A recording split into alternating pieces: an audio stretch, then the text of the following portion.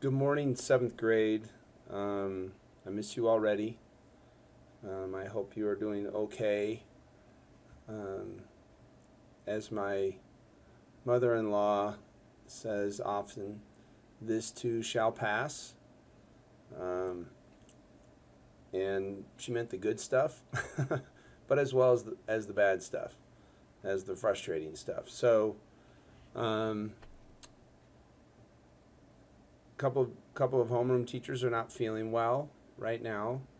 Mrs. McCraith and Miss Steckety, um, and actually Mrs. Moselle is still trying to get back on her feet. So I thought I'd do devotions this morning. It's just a story. It's called the Go-Kart Race, and I took some pictures in the book, and this is by one of my all-time favorite authors, Bob Goff. It said, when my kids were little, they got really into building go-karts. They would search the garage for any scrap wood that they could find, and I would help them cut the boards. Then we'd find some wheels and attach them underneath the boards, making a platform that could roll. Next, we would cut more scrap wood to make seats, then paint them blue and green and attach them to the center of the platform. One of the kids figured out if we attached a garbage can to the front of the cart, it would look like a real car, and we'd have a place for our feet to go. The whole thing could be steered by pushing the front axle back and forth with our feet. It was amazing, and the kids loved the building process and the ice cream we ate while we built. None of our go-karts had an engine because none of us could figure out how to put one on. That was okay though, because one day we discovered that if we put a seat in the back, someone could fit facing backwards and kick while a go-kart went down the hill. It worked just like an engine. This was our coolest go-kart design so far, and we couldn't wait to try it out. There was a pack of kids in the neighborhood who all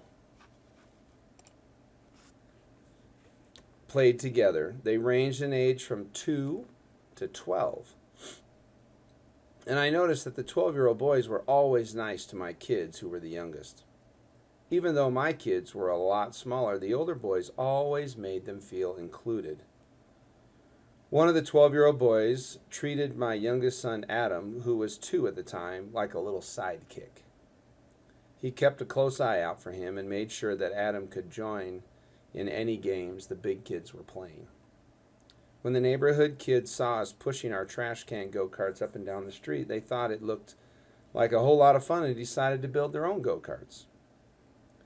They skipped the trash can on the front, but they figured out how to raise their go-karts on wheels so that they were 3 feet off the street. The neighbor's go-kart could fly down the hill faster than anything we'd ever seen.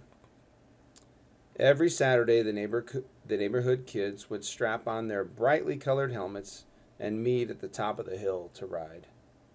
One day, my kids had an idea. What if we planned a race to celebrate all our cool go-karts and see how fast they could go? When we stopped to think about who was racing, though, one of the 12-year-old boys thought of something. Wait, he said. If we just race by pushing our carts with our legs, Adam, remember the little 2-year-old, Adam won't have a chance to win. You see, Adam could only push so fast with his 2-year-old legs.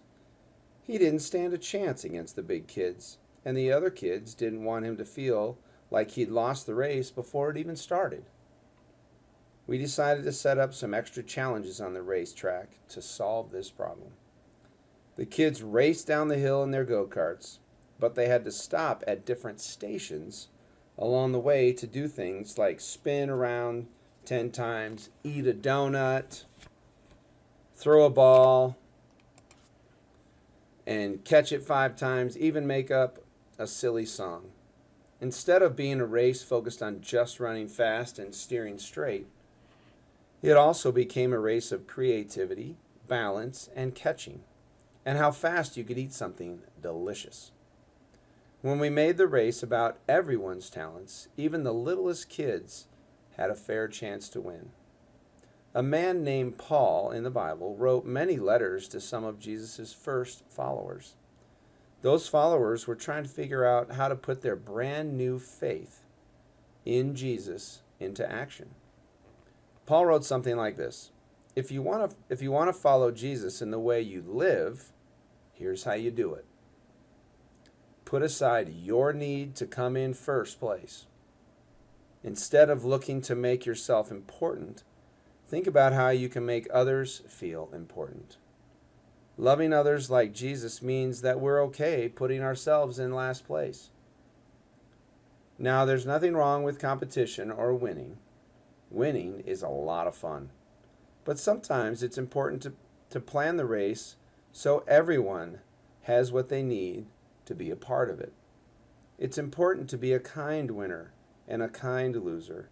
And sometimes we need to set aside the scoreboard and trophies altogether so that everyone can have a place in the game. Anyway, I thought you would enjoy that, and so I just wanted to share that with you. Have a wonderful day. Again, I miss you already, and I hope to see you soon. Take care, all. We'll see you. Bye.